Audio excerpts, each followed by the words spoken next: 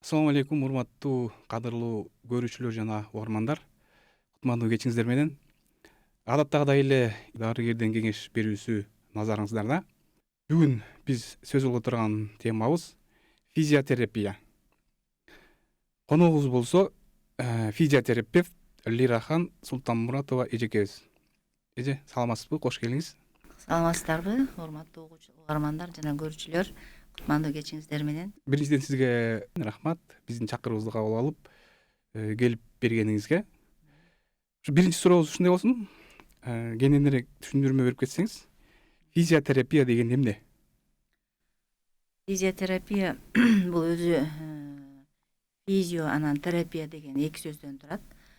Ал физио деген бул грек тилинен алынган, жаратылыш, орусча айтканда природа дегенди билдирет. Ал эми терапия деген бул дарылоо деп эсептелет. Анан физиотерапия бул жаратылыштын табигый кубулуштарынын касиеттери менен дарылоо түрү. Ошону дарылап табигый ар кандай оорулардын алдын алуу жана дарылоо жөнүндөгү илим болуп эсептелет. Анан физиотерапия бул ошо табигый жана искусственный деп айтылат. Мисалы, табигый түрлөрүнө биз сууду киргизебиз, абаны киргизебиз, күндүн нурун киргизебиз. Ошолордун баары табигый түргө кирилет да. Мисалы, биз күндүн нурун ала турган болсок, илгертеден бери эле келатат, күндүн нуру менен баягы ити оорулардын, балдардын ити ооруларын дарылоо методикасы. Мисалы, балдар жайында төрөлүп калган болсо, анда биз май айынан баштап октябрь айына чейин жанагы ити ооруга каршы витамин D берилип жүрбөйбү балдарга?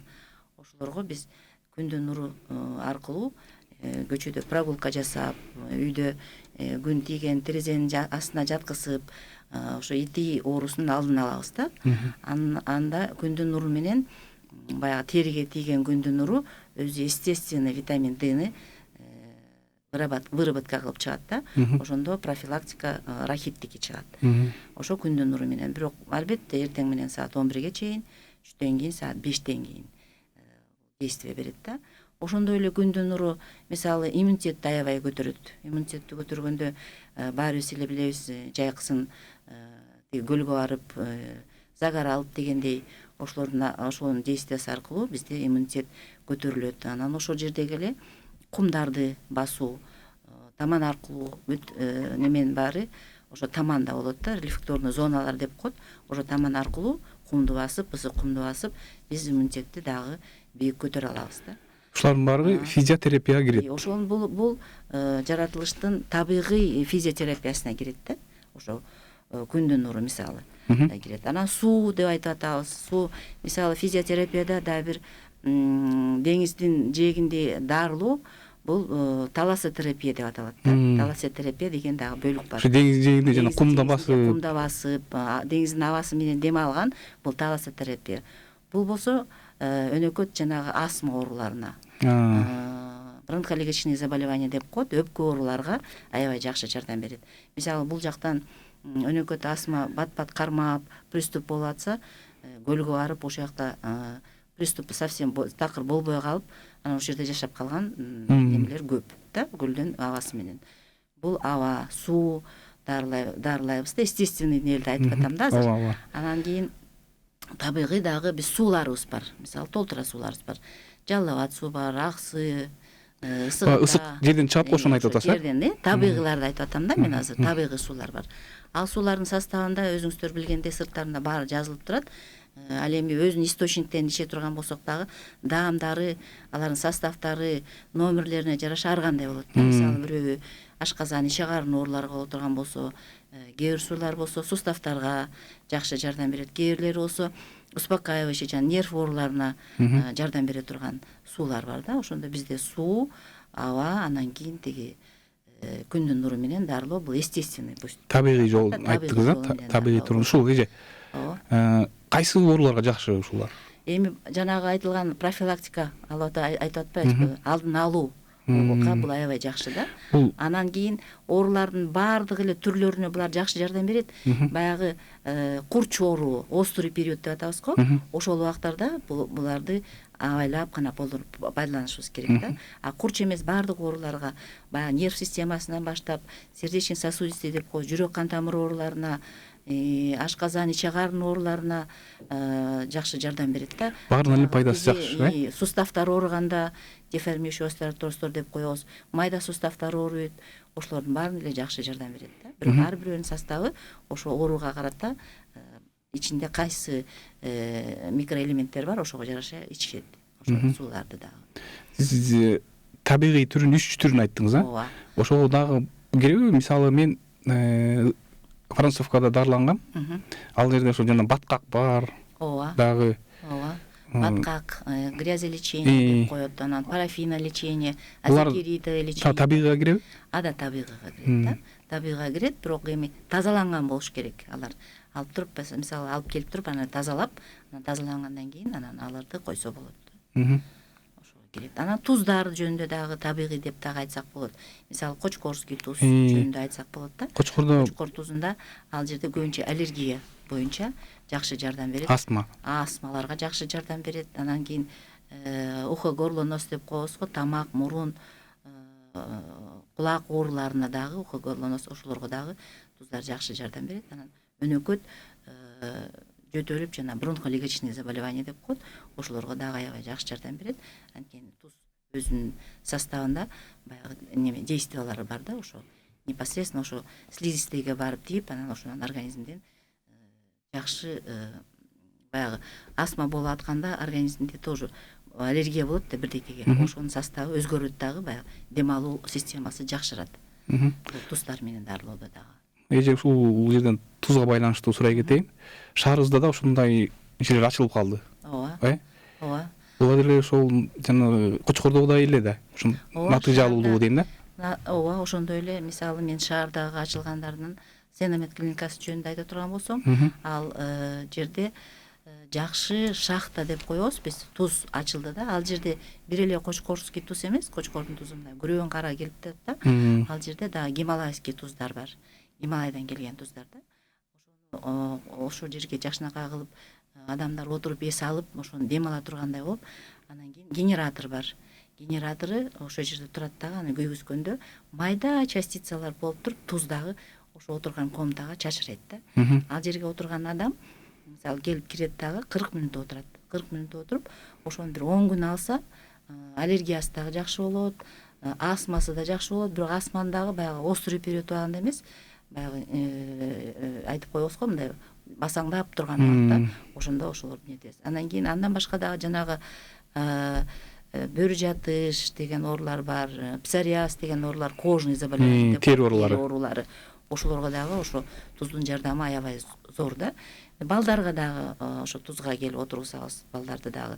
Эми аларды дозированный лечение деп коет, башында баягы 20 мүнөт, анан кийин 5 мүнөттөн көбөйтүп туруп, анан 40 мүнөткө чейин жеткизип, анан жакшы жыйынтыктар болуп атат да, ошо туз менен дарылоодо дагы. Рахмат.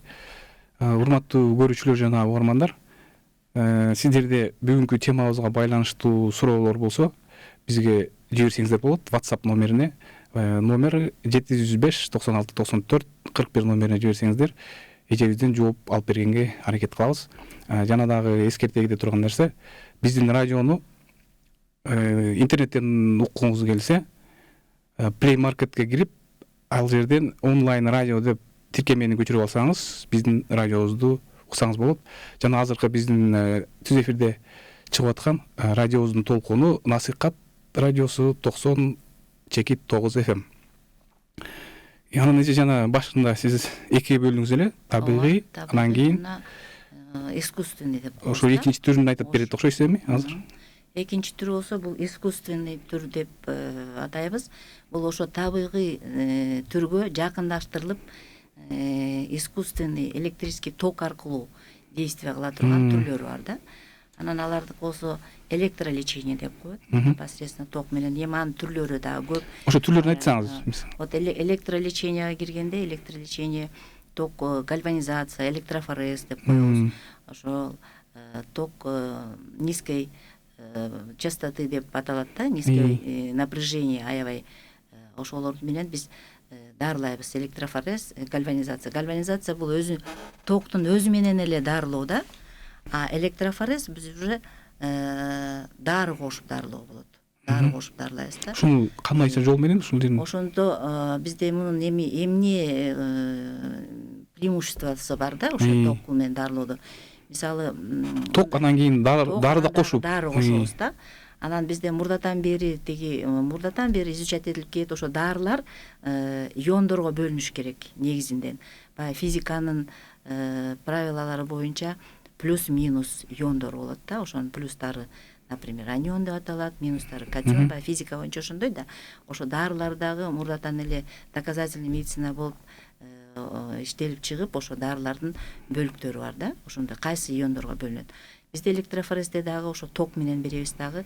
Минустан кеткен дарыларды минус аркылуу жөнөтөбүз, плюстан кеткен дарыларды плюс аркылуу жөнөтөбүз. Анын преимуществосу эмнеде? Мисалы, биз дары ичирсек, же внутривенно, внутримышечно деп коебуз го, уколдорду сайсак, алар кан аркылуу ошо ооруган жерге барып жетиш керек болот да. А бул электрофорезде болсо ошо непосредственно ооруган жерге коебуз да. Ооруган жерге апарып коебуз.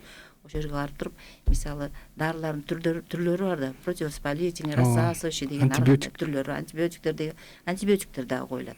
Анан ошо ооруган жерге апарып коебуз дагы, ошол жерде непосредственно очаг болот дагы. Ошол жерде баягы кан тамырлар бар да, кан тамырлар бар, лимфа система бар.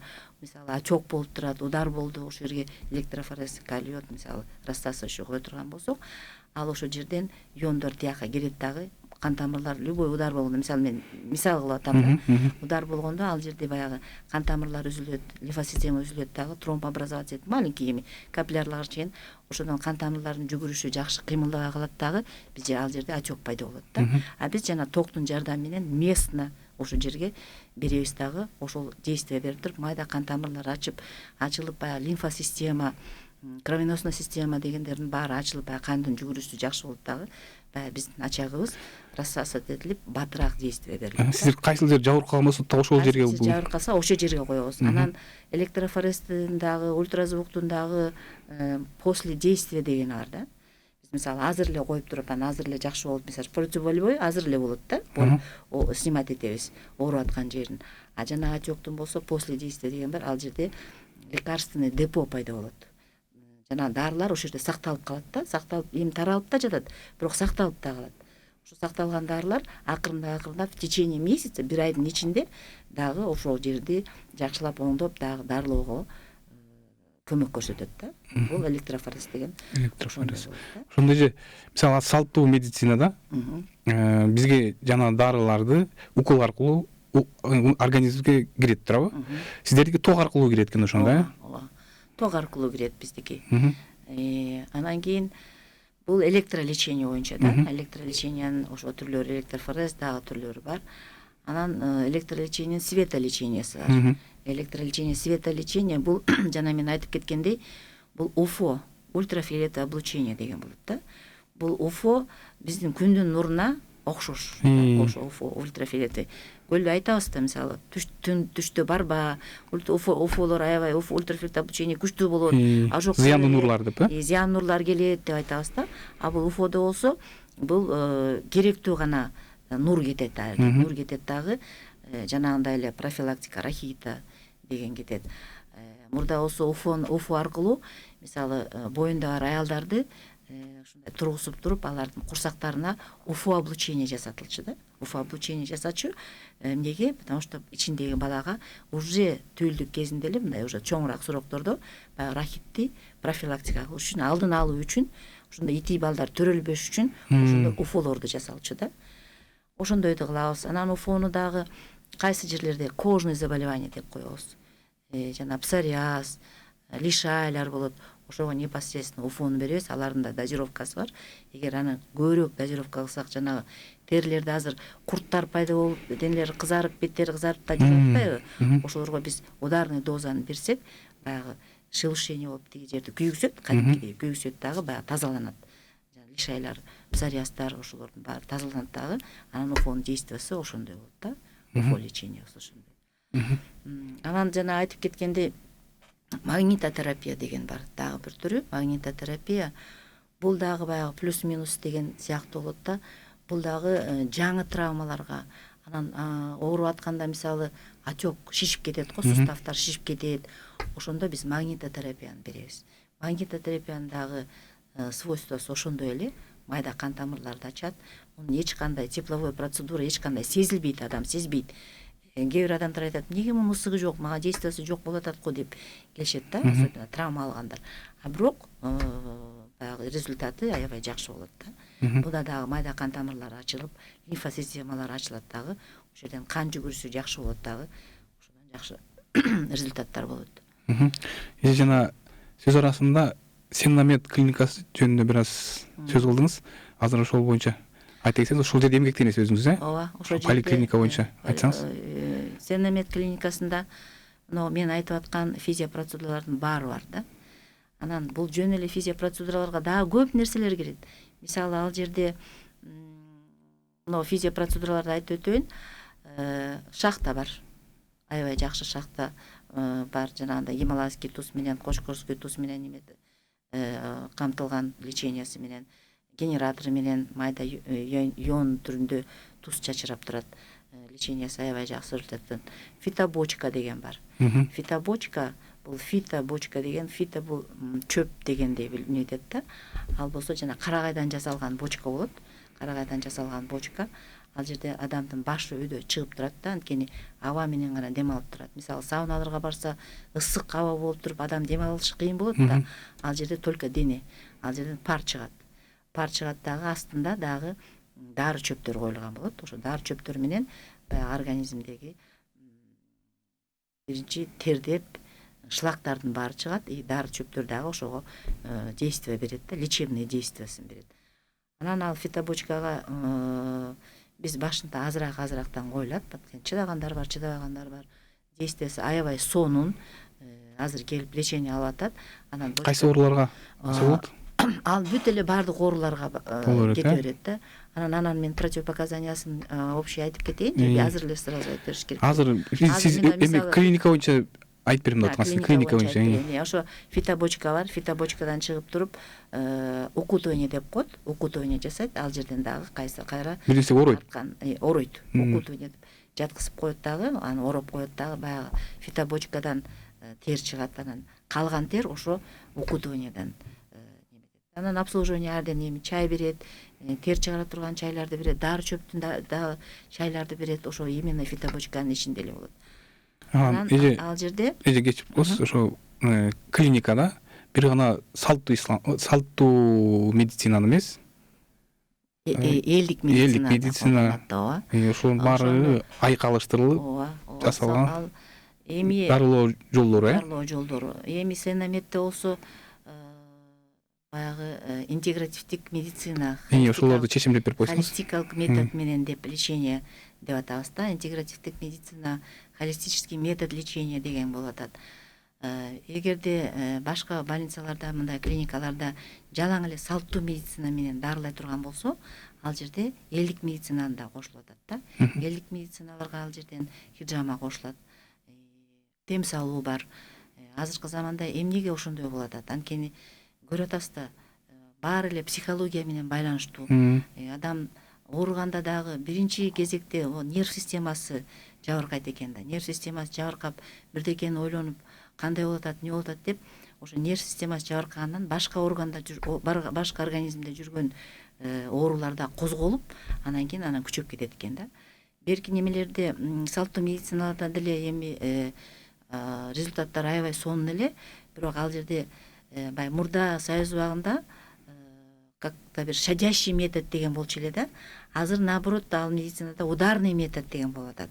Ударный метод антибиотиков, дагы башка дарыларды сал температура болсо же бирдеме болсо сразу эле ударный метод лечения болуп кетип атат да. Ошондон организмде жанагы зашлакованность деген болуп атат да, шлактар көп болуп калат. Анткени эже салттуу исламда ошо биз алган укол дарылардын бир органга жакшы болсо бир органга зыян тийип калышы мүмкүн экенин сиз айткандай организм шлактарга толуп бир жагын жакшы кылып атса, бир жагын терс таасирин тийгизип коюшу мүмкүн. Тийгизет, баягы орустар айткан бир жагын лечит, другой место калечит дегендей. Ошондой болуп калып атат да. Анан демдин деле результаттары аябай жакшынакай болуп атат. Мисалы, ар кандай оорулар менен ошол жерге келип, жакшынакай ооруп, айыгып кеткендер толтуруп атат да. Ошондой эле биз эми баягы практикалык түрүндө оорулардын, кыйын ооруларды деле ошо интегративдик метод менен, холистикалык метод менен лечение алганда результаттар жакшы болуп атат да. Анан Сеннамед клиникасы жөнүндө дагы айтып кете турган болсом, сиз ошо жөнүндө сурап атпайсызбы? Ал жерде программалар иштелип атат. Мисалы, мужское здоровье деген программалар, женское счастье деген программалар. Ал жерде баягы балалуу болбой жүргөндөр балалуу болуп результаттар аябай жакшы болуп атат да. Мисалы, бүгүн эле бирөө аябай сүйүнүп, ушунча жылдан бери балалуу боло элекем. Мына мен ушул жерден лечение алып, жакшынакай болуп лечение алып атам деп. Мурдагылар эми лечение алгандан кийин балалуу болду да. Алгандан кийин бойну болуп, бүгүн келип бизге сүйүнчүлөп кетти да. Бир келин келип, күйөөсү экөбү келип турупту. Эми мүмкүн берки леченияны деле таасири тийип аткандыр да, бирок бул жерден ошо организм адамдын психологиясында өзгөртүш керек болот экен да. Баягы дем салгандан кийин дагы адам уже самоуспокоение ошону көрүп туруп, демдин да бир касиети бар да. Ошо касиеттин негизинде хиджаманы алып, андан башка дагы салттуу медицина да кошулуп атат ал жерде. Адамдар ойлоп калбасын, жалаң эле ушундай метод экен депчи. Салттуу медицина ал жерде бүт врачтар бар. Врачтардын терапевти бар, гинеколог бар, УЗИ бар, педиатрдан экөө бар, физиотерапевт, даже уролог, хирург дегендер иштеп атат да ал жерде. Анан эми мына физиотерапия жөнүндө сөз болуп аткандан кийин физиотерапияга дагы массаж, ЛФКлар да кирип кетет да. А жерде болсо тоже массажисттер бар, мыкты жакшы массажисттер бар, лечебная физкультура деген бар. Азыр өзүңүздөр деле угуп көрүп жүрсөңүздөр керек да. Сеннамедден сергек жашоо деген да программа жүрөт да. Эртең мененкисин келип адамдар Ататүрк паркында сонун ЛФК лечебная физкультура жасашып атат да. Результаттар аябай жакшы. Рахмат эже. Бизге суроолор келип атат WhatsApp'тан. Ама тилекке каршы техникалык себептерге байланыштуу экранга чыгарылбай атабыз. Мен мындай эле окуп берип кое берейин сизге. Бир эжебиз стресстен оозу, көзү кыйшайып, бети кыймылдап калган дейт. Физиотерапиянын жардамы барбы? Сахары бар дейт, жүрөгү да ооруйт дейт. Бул эми оозу кыйшайып, стресстен неметип калса, бул көбүнчө бул психология жагынан кетип атат да. Психология жагынан бул жана холистикалык методко биринчи неме кылышыбыз керек да. Ошо направление жөнөтүшүбүз керек. Анан кийин эгер ал кыйшайып калган болсо, давность, физиотерапияга давность, острый период болуп, азыр мисалы 1 айдын ичинде же 15 күндүн ичинде физиотерапия пока пайдаланбай турат да. Жаңы болгондо келсе болот, анда жана УВЧ деген терапия бар, ошо менен колдонсок болот да. Анан кийин перерыв болуп турат дагы, анан кийин физиотерапия да, ооба пайдаланабыз. Общий баарын чогуу пайдаланабыз да. Комплексный лечение болот. Пайдаланса болот. Анан сахары тууралуу, эми сахарындагы канча экенин ошону билишибиз керек да. Өтө көп болбош керек сахар. Сахар жүрөгү да ооруйт. Жүрөгү да ооруйт, жүрөгү кандай болуп ооруйт, ошонун диагноздорун алып келип Сеннамедке келишсе, биз аны толук консультация кылып беребиз. Кийинки суроо же. Гаймориттен жабыркап келебиз дейт. Физиотерапиянын кайсы түрү жардам бере алат? Физиотерапияны биз УВЧ терапиясын беребиз. Гайморитке. Гайморитте УВЧ терапия беребиз. Анан массаж шейно-воротниковой зоны деп коет.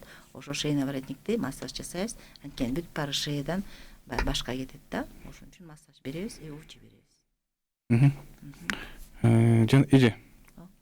Ошо бүт түрлөрүн, ыкмаларын айттыңыз дарылоонун. Эми ушул дарылоо ыкмаларды кайсыл кандай учурларда жасаганга болбойт?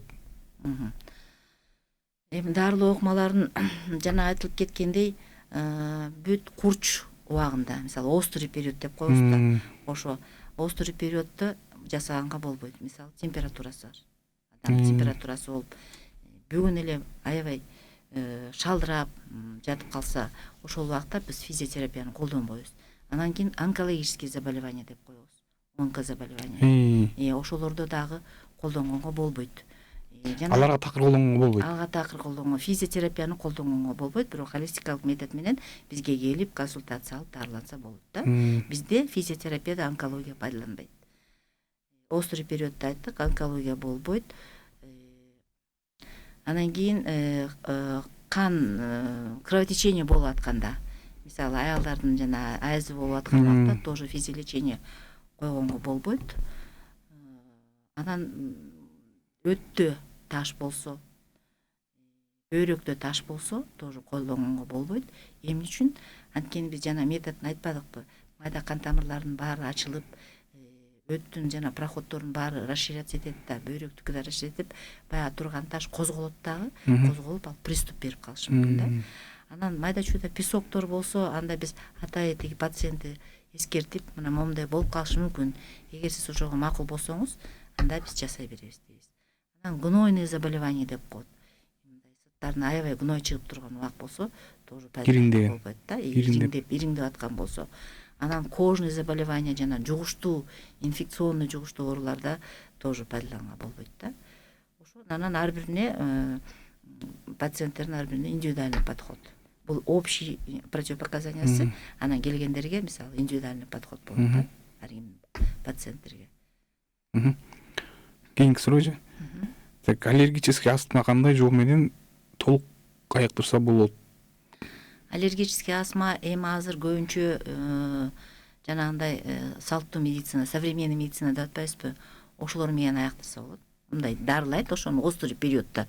Биздин физиолечениеде айтылды, острый периодто вообще колдонгонго болбойт деп. Если период окна болуп, в смысле азыр приступ жок болгон болсо, анда бизге шахтага келсе болот. Шахтага, тузга келип, астманы дарыласа болот. Андан тышкары деле астма болуп аткандан кийин, значит, өпкөсүндө дагы какие-то изменения болот да. Ошондо биз жанагы межлопаточный узел деп коебуз, эки далдын ортосуна электрофорез коебуз. Анан профилактика кылып, период обострение болбой, ремиссия болуп, обострение болбой турган убакта бизде жакшы куф бар. Куфту мурдуна, тамагына коебуз. Впрочем, айтылбай калды го, куф деген бул жанагы коротковолновой ультрафиолетовый лучи да, куф деп аталат да. Бул жанагы алдын алуу, профилактикага аябай сонун. Тамак ооруганда, мурун агып, жаңы башталып атканда, ошондо ошолорду алсак, бир 3 күн эле, 4 күн, 5 күн эле алынат, аябай жакшы жардам берет да.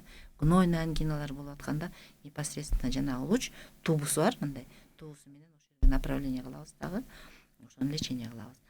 Анан кийин бат эле баягы жайында жакшы жүрүп, анан кышында бат эле гайморит болуп калгандар бар. Суук түшкөндө.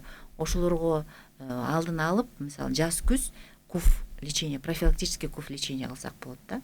Анан куф дагы балдардын деле, взрослыйлар деле, улуу кишилер деле, чоң кишилер деле болот. Стоматит деген оорусу бар. Ооздордун ичинин баары ылжырап тамак иче албай калат го. Ошондо ошол куф дагы жакшы жардам берет да. Дагы бир суроо бар экен. Иштин көбүшү эмнеден келип чыгат дейт? Физиотерапиянын таасири болобу? Иштин көбүсү биз көбүнчө атония кишечника деп коебуз. Бул кишечник өзү иштеп туруш керек да. Иштеп туруп кишечниктин жана өзүнүн иштөө, кыймылдоо процесси начарлап калган убакта баягы тамакты дагы жылдыра албай, тамак ичкенде деле ашказандан анан ичеги өткөндө газ образование болот да. Ал газ өзү чыгып туруш керек болот да.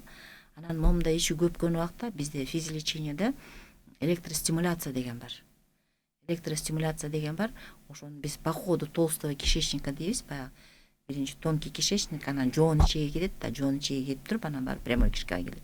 Ошо толстый кишечниктин по ходу биз электростимуляция кылабыз. Эже кечирип коесуз. Ушу жана сизге түшүнүктүү болуш үчүн жана суроодун улгандыс экен да. Мен байкай алыптым.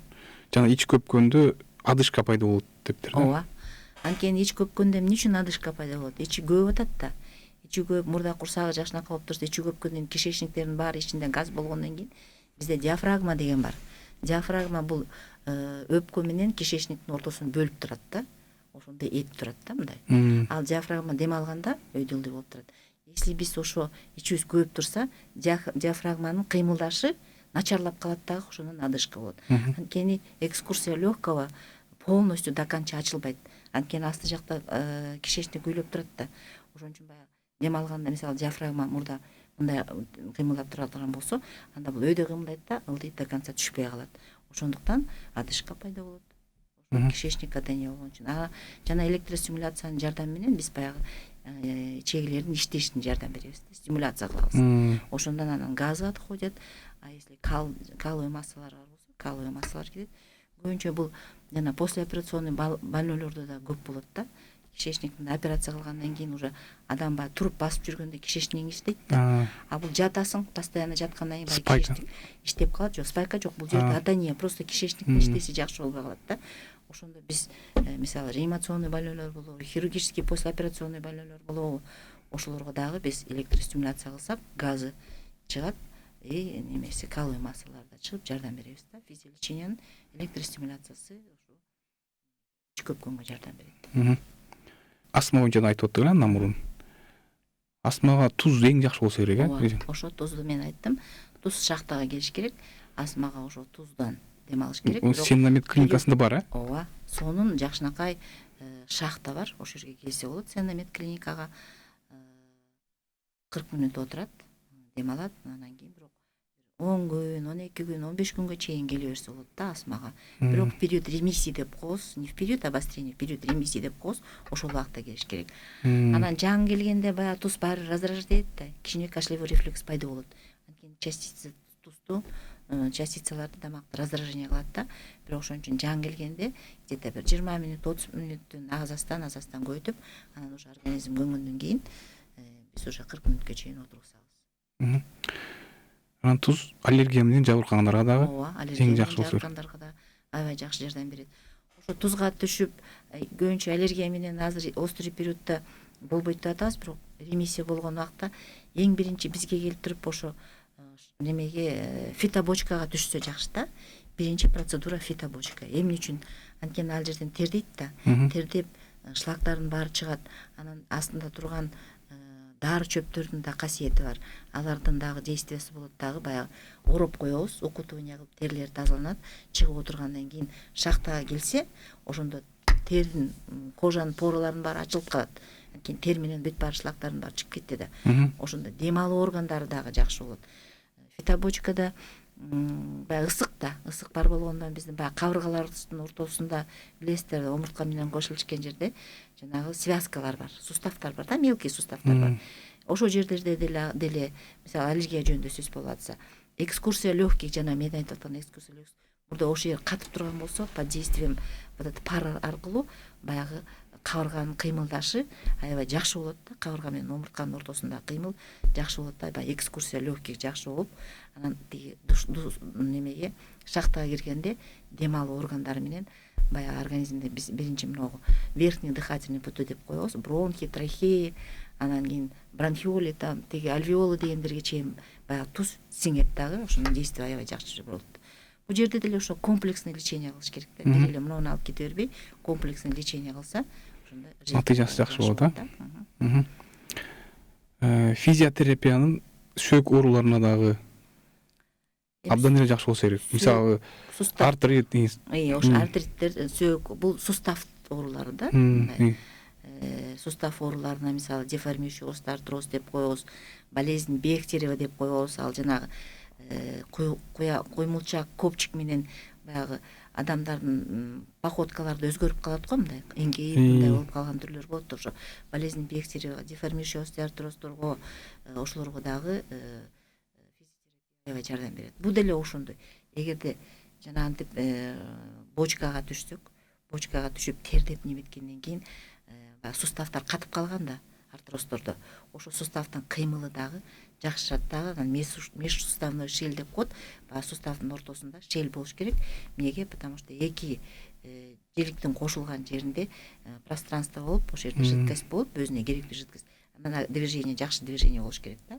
А деформирующий остеоартроз болгондо артрит, артроз дегендер болот да. Артритте непосредственно воспаление, непосредственно артрит деп ит менен бүткөн неме окончаниянын баары эле воспалительный очаг болуп кетет да. анан ошолордун кыймылы дагы жакшырат да. Анан биз деформирующий остеоартроздордо жанагы эле электрофорезди беребиз. Эгерде жаңы башталып аткан болсо, анда биз УВЧ беребиз. Анан жок, эски процесс болуп калса, биз уже УВЧ бербей электрофорезди беребиз. Анан парафин. Парафин лечение дагы аябай жакшы жардам берет да. Парафин жалаң эле өзү парафин эмес, азекирит кошулат. Азекирит Ошо кошулат. парафин боюнча жакшылап айтып берсеңиз. Парафин ошо бизде Сенаметте дагы парафинотерапия бар. Анан парафинге биз азекирит кошулабыз. Азекирит кошулганда парафинди билесиздер да, орогондо сынып калат да. А парафин азекирит кошулгандан кийин ал жумшак болуп калат дагы. Непосредственно ал суставтарга коебуз. Анан кийин жанагы программалар бар дебек, ошо программаларда биз таманга коебуз. Анткени бүт оорулардын баары ошо тамандан кетип атпайбы? Анан парафиндин өзүнүн лечениясы непосредственно компрессионный метод деп коет да, басып ошону дарылайт дагы, анан ысык дарылайт дагы. Лечебный свойствосы парафиндин өзүнүкү дагы бар. Ошо леченияларды кылабыз да. Суставтарга дагы парафинотерапия жакшы коюлат. Тизелерге коебуз, белге коебуз. Парафинолеченияны жана хронический бронхиттерге көпкө чейин жөтөлүп басылбай жүргөндөрдө биз көкүрөгүнө, аркасына парафинолечение тоже аны да коюп беребиз да. Луч дедиңиз, э? Мисалы, жанагы онкологиялык ооруларды дарылабайбыз дедиңиз. Бирок ошол ооруларды луч менен дарылашат, жана химиотерапия деп луч. Бирок ошол эки лучтун айырмасы барбы? Сизде башка бар, бар. Ал непосредственно тияктагы онкологияда пайдаланып турган лучтар непосредственно жана онкологияда өзүнүн клеткалары измененный болуп калат да. Аларда уже башка клеткалар болот. Алар прогрессирующий клетки да, баягы ооруду күчөтүп, ошол жерден онкологический клеткалар пайда бар болот. Ошолорго непосредственно действие бере турган лучтар алар. А бизде болсо, биз эгерде биздин физиотерапияны эмчүн биз онкологияда бербейбиз. Физиотерапиянын принциби боюнча бизде баардык эле физиотерапия в общем бир сөз менен айтканда баягы действиясы майда кан тамырларды ачат. Кан тамырларды, лимфа системадагы кан тамырларын дагы ал ачат дагы, баягы питание улучшается этет да. А онкологияда болсо биз эгерде ошону питание улучшаться этирсек организмде бир да целый, хоть мели башка жагында онкологический процесс бар болуп, биз бутуна обычно айтып келишет да, меники бул жакта болсо эмчүн сиз мага бутума кой бербейсиз дейт да. Анткени организм целый, тиги кан тамырлардын баары ачылгандан кийин питание улучшаться этип туруп, биз ошо өсүп аткан онкологияны питание берип коебуз. Кан тамырлары баары келет дагы, биз рост берип жиберишибиз мүмкүн да. Ошон үчүн биз онкологияда тепловые процедуры, физиопроцедуры болбойт да, болбойт. А тиги өзүнчө колдонгон лучтар ал башкача, өздөрүнүн химиясы өзүнчө башкача. Дайыр суроо келиптир же. Дары чөптөр пайдалуу же бул жерде аптечный дарылар деп жазылыптыр. Аптечный дарылар пайдалуу деп ошо жана медициналык препараттарды айтылып атса керек, Ооба. Эми медициналык препараттар мурдадан бери пайдаланып жүргөн препараттар бар. Эгерде аны өзүнүн орду менен по показаниям деп коет да, показаниясы болуп, анан щадящий метод менен пайдаланса пайдалуу. Анан азыркы методдорду айтып атпаймынбы, эми кээ бирлер аны ударный метод деп эле сразу эле ударный метод менен берип атат да. Ошондо жана айтылгандай, жана бир органды жакшылап дарылай турган болсо, экинчи органды кайра туура эмес зыянын тийгизип коюшу мүмкүн, тийгизип коюп атат да. А берги чөптөрдү да сураптыр. Мисалы, чөптөр зыяны жок. Жок, чөптөрдүн деле зыяндуулары бар. Болуп калышы мүмкүнбү? Индивидуальная непереносимость чөптөрдүкү да болот да. Кээ бир адамдар чөптөрдүн баарын эле жакшы кабыл ала бербейт. Ошо аллергия да ошо чөптөрдөн да болушу мүмкүн да. Кээ бир чөптөргө аллергия берип коет. Ошон үчүн абайлап азастан пайдаланыш керек болот. Кийинки суроо. Наркоз көп алгам дейт. Ошол себептен оорушум мүмкүнбү? Кандай оорушу мүмкүн? Общий наркоз алганда эми нервный системага влиять этиши мүмкүн. Баягы наркоз алганда баягы уктап калат да, көпкө чейин уктайт. Анан вообще медицинада баягы көп уктап, баягы эсин жоготуп неметип калганда нервный клеткалар кичине өзгөрүшү мүмкүн да. Ошондон мындан баягы эске тутуусу начарлашы мүмкүн, уйкусу начарлашы мүмкүн, баш ооруу пайда болушу мүмкүн да. бирок ошону дагы акырындап калыбына келтирсе болот да. Келтирсе болот, Дагы бир суроо экен. Паркинсонго кандай жардам бере аласыздар дейт. Паркинсон эми өзүнүн этиология деп коет, причинасы азыр до конца не изучены да, эмне үчүн ошо Паркинсон болуп атат депчи. Бирок азыркы методдор менен баягы Паркинсонго кандай адамдар Паркинсон менен оорубай калат деп айтып атпайбызбы? Ал жана көп окуса, көп аракет кылып, китептерди окуп, анан кийин кыймыл аракети жакшы болсо, ичкен тамагы таза болсо, таза абада көбүрөөк жүрсө, Паркинсон менен көбүрөөк оорубайт деген сөздөр болуп атат да. Анан Паркинсонго невропатолог эми өзү назначение кылып лечение кылат да. Аны деле келип көрсө болот. Паркинсон деле баягы нервный системанын оорушунан пайда болот да. Ошого карата бизде баягы общий комплексный лечение кылса болот. Келип биздин невропатологко келип көрүнсүн, анан ошодон комплексный лечение. Физиотерапия нерв ооруларына деле жардам берет. Физиотерапия нерв ооруларга жардам берет. Көбүнчө жана вегетососудистый дистония деп коебуз. Анан кийин кээ бирлер нервтин немесинен уктай албайт, сал мындай туура эмес иштер болуп калса ошого ачууланат, нервничать этип, возбужденный болуп неметтерген пациенттерге биз коебуз, мисалы успокаивающий, натрий бром менен затылочный областька электрофорез коебуз. Бизде бул жерде Сен-Наметте көп эле случайлар болду. Ошондой вегетососудистый дистония менен келгендер жакшы болуп, бир лечение алып, даже Сен-Наметте азыр дневной стационар деген бар. Ошо дневной стационарга көрүнүп, анан ошол жерден назначение алып, дневной стационарга арден анализдерди да алынат, УЗИ, баардык органдарды тартылат, анализ бизден өзүбүздөн эле ошол жерден алат да. Баарын көрүп туруп, аларга дагы биз комплексный лечение кылып, физлечение анын составына шахтага кирет. Шахта дагы успокаивает нервный система деген. Кетет бизде дагы. Жана физиолечение дегенде сиз аябай көп түрү бар дедиңиз, аябай эле көп түрү бар экен. Анын баарына токтолгон жок окшойсуз да, Ошонун арасында кислородотерапия деген бар экен. Кислородотерапия деген болчу барокамера дегендер болот да. Барокамера кислородотерапия. Бул өзүнчө барокамералар алар стационарларда бар. Көбүнчө реанимационный больнойлорго кислород менен дем алып, анткени реанимационный больнойлор ал уже өзү жакшы дем алып, кыймылы жок болгондуктан баягы организмге кычкылтек жетпей калат да. Кычкылтек организмге киргенден кийин мээге, жүрөккө, деги эле баардык органдарга, боорго кычкылтек барып туруп, ал өзү действие кылып, жана гемоглобин дагы ошо кычкылтекти ташыйт да. Анан ошонун негизинде биз дополнительно сырттан кислород менен лечение кылабыз. Ал кожа аркылуу өтөт, мурун көңдөйлөр, ооз көңдөйлөр аркылуу өтөт. Ошондой эле баягы жатканда, кыймылсыз жатканда дагы кислород жакшы иштебей калган үчүн, өпкөнүн экскурсиясы жок болуп калган үчүн кислород жакшы усваиваться этилбей калат. Ал барокамерлар кислородолечение кылышат. Андан тышкары бул физиолеченияга, если барокамера болсо. Так жана реанимационный больнойлорго дем алганы жакшы болбой жатканда биз эмне үчүн кислород беребиз? Ошонун действиясы барокамера ошо туура ошонун действиясында жардам берет. Дагы түрү барбы сиз айтпай калган, эгер айта кетсеңиз болот. Дагы ультразвуковая терапия деп коебуз.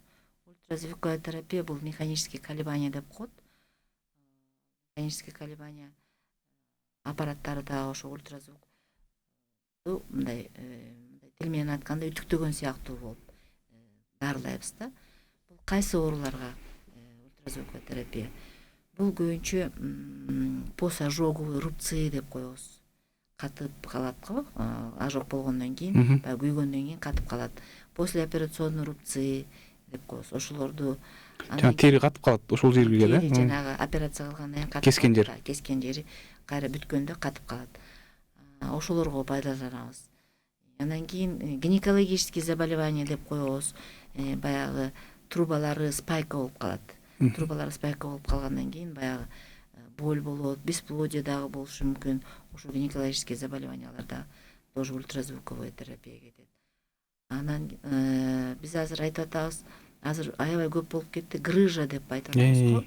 Омурткалардагы грыжа. Омурткалардын ортосунан жанагынтип хрящевой, хрящ эмес, ичинен эле чыгып калган грыжаны ошо ультразвуковой терапия кылабыз да. Анан жанагы айтып кеткендей суставтарда деформирующий остеоартроз. Өзүн баарын карап көрсөңүз, баары мындай катып калган нерселерди жумшартыш үчүн кетип атат да. Баягы спайкада деле, грыжаларда деле ультразвуковой терапия менен действие берсек, бул жерде баягы механический колебания болуп туруп, вибромассаж сыяктуу болуп кетет дагы. Бир чети, экинчи чети баягы эле микроциркуляция улучшат дагы, каткан нерселер жумшарат. Бул көбүнчө ошо ожогдорду, анан грыжаларды ошо ультразвуковой терапия менен дарылоо. Ошо грыжа кайра тартылыш үчүн. Рахмат эже. Билинбей эле бизге берилген убакыт дагы аягына келип баратат.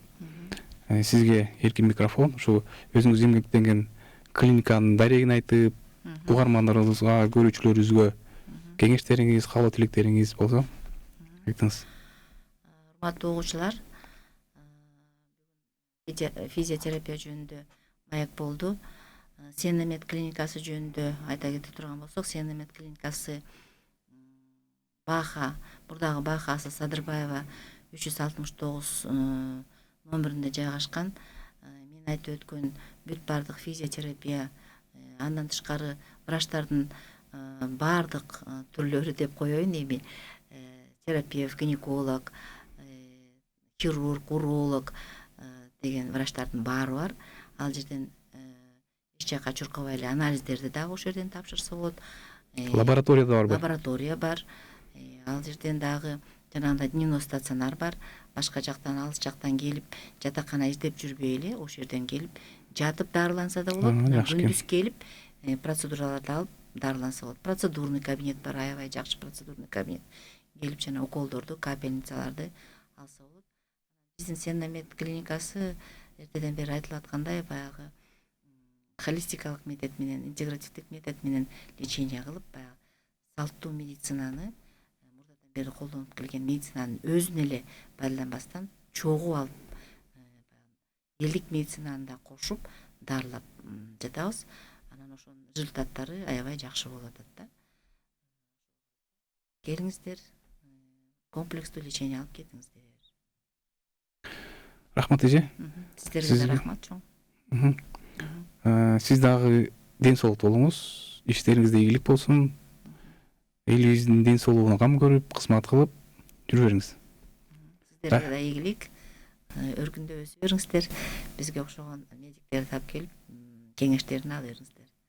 Рахмат эже. Сиздерге да рахмат. Урматтуу көрүүчүлөр жана угармандар, билинбей эле ошо бизге берилген убакыт соңуна келип калды.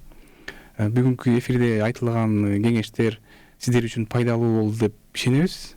Баарыбыз ден соолуктуу бололу, оорубайлы.